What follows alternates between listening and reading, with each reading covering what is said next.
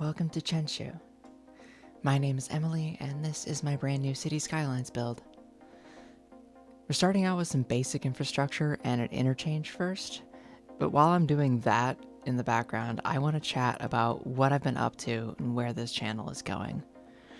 So I'll start with the bad news. Celeste and Sable are basically dead. Nothing in Celeste was making any sense to me. A lot of its layout and design choices were pretty arbitrary, and I wasn't putting enough thought into the history of the city. And the further into the build I got, the more evident it was that it just wasn't working. So I've had to abandon it. There might be a Celeste 2 at some point, but we'll have to see. Sable is just broken. I got really burned out on the game for a few months. I worked on some different builds and tried to have some fun with it, just without any dedication to content or anything. And I came back to find a lot of stuff missing or broken in Sable. The save itself still works, but there's a lot more than I care to fix. So I've basically got a clean slate to start from with this channel.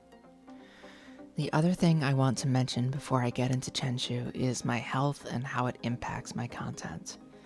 I wrote about it in a previous video, but I'm gonna say it again here. I have fibromyalgia. I live in constant, debilitating pain and fatigue. Even fun stuff like City Skylines and other hobbies I have are extremely draining, and I can't do it consistently or to any set schedule. So there's still gonna be content, just slowly. Just to touch base with what I'm doing on screen here, I'm building a weird sort of hybrid clover stack interchange sort of thing. When building an interchange, I tend to start with the basic shape and then go back with Move It and Node Controller to adjust things into place and add curves and everything else.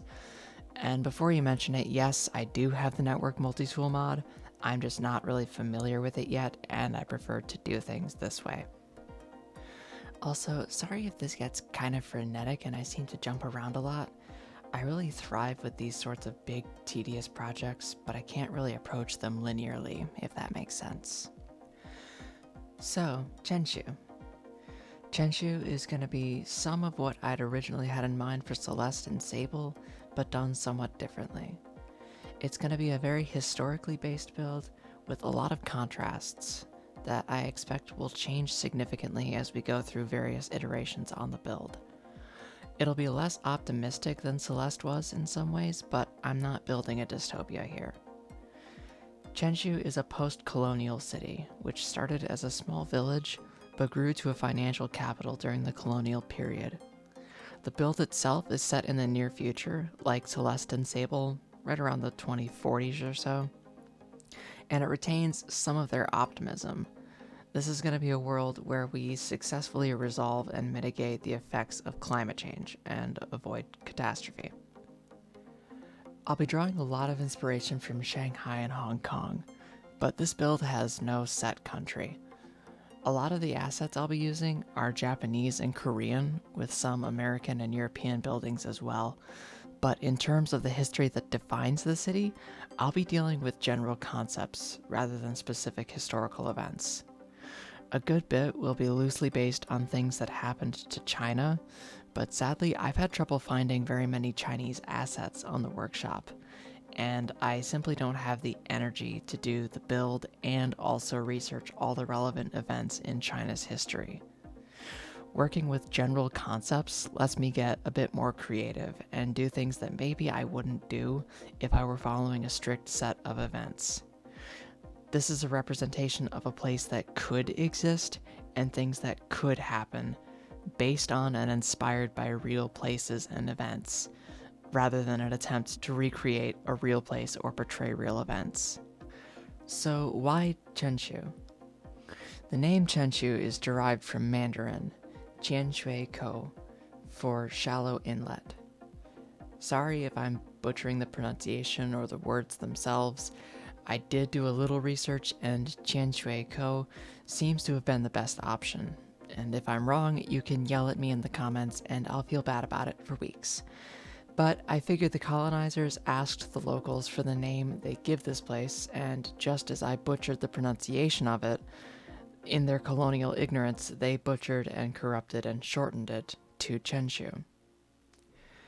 Also, on the topic of why Chenshu, I want to play this game in a way that gets people thinking.